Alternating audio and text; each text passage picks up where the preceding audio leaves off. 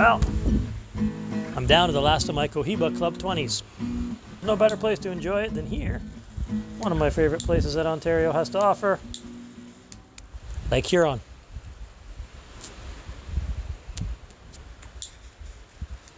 They sometimes call it the west coast of Ontario. I don't know if you can see this little boat out there. I have to imagine the captain of that vessel is not terribly comfortable because there is some wind and there is some chop happening out there today. I had come out here to look at a little bit of real estate. Decided I was going to have a little coffee and a donut. You know, Canadian classic, Canadian favorite, good old Tim Hortons. Not sponsored.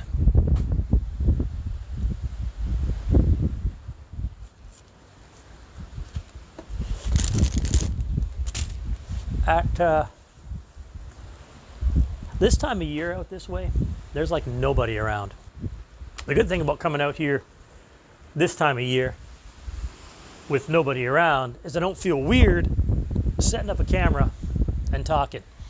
And sometimes it's nice to have some nice scenery in these rather than just, you know, my same old shot of my car.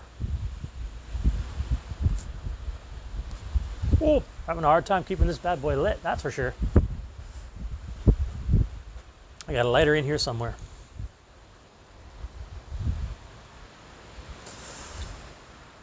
Now, I've already talked a little bit about these Cohiba Club 20s. However, this is a cautionary tale. I tend to try to smoke a cigar once a week, once every other week maybe.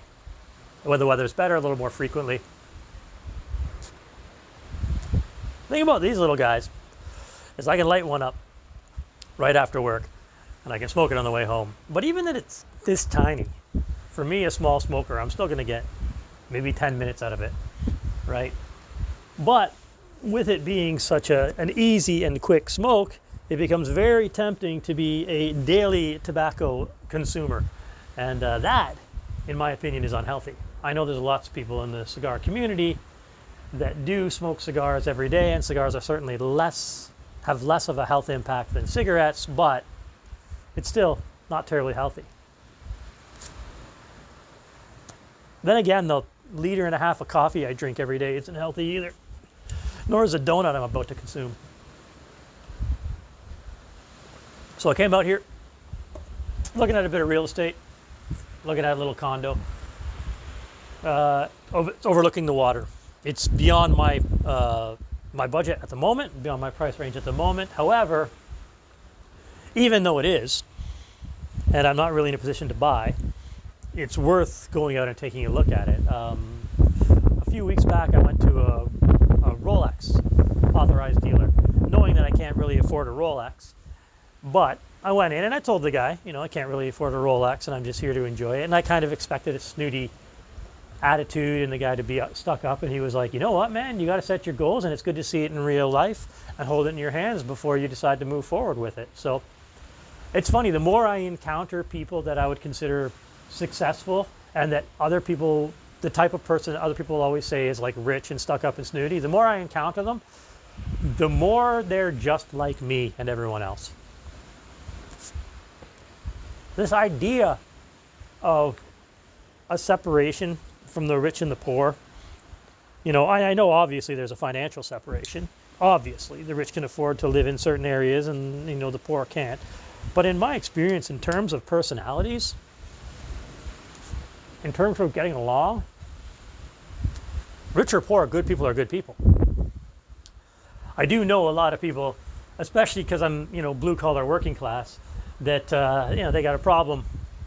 You know, the warehouse floor has a problem with the sales team, for example. Not necessarily where I work, but certainly in places that I have worked. And there's always this weird division that people create in their heads for this class system. But honestly, person to person, I don't think it really matters. I remember once meeting an incredibly famous pop star at a gas station. in Stratford, Ontario. Not necessarily a meeting, but encountering this fellow. And by the clues I've given you, you might guess who it was. And of course, you'd expect this incredibly famous kid who's got the world in the palm of his hand and is, you know, one of the most sought after pop stars to be like all crazy and loopy and stuff. And he was just pumping gas in a truck with his mom in the passenger seat, you know? So there's a lot of misconception and a lot of ignorance. Anyways, yeah, I went to take a look at this condo just to keep me motivated and keep me, you know, keep my targets in sight and, you know, just stay motivated. Yeah.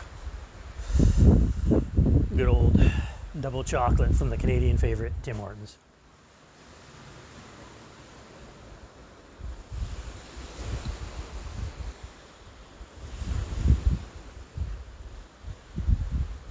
I hope it's showing on the camera, and I hope you can hear it in the microphone.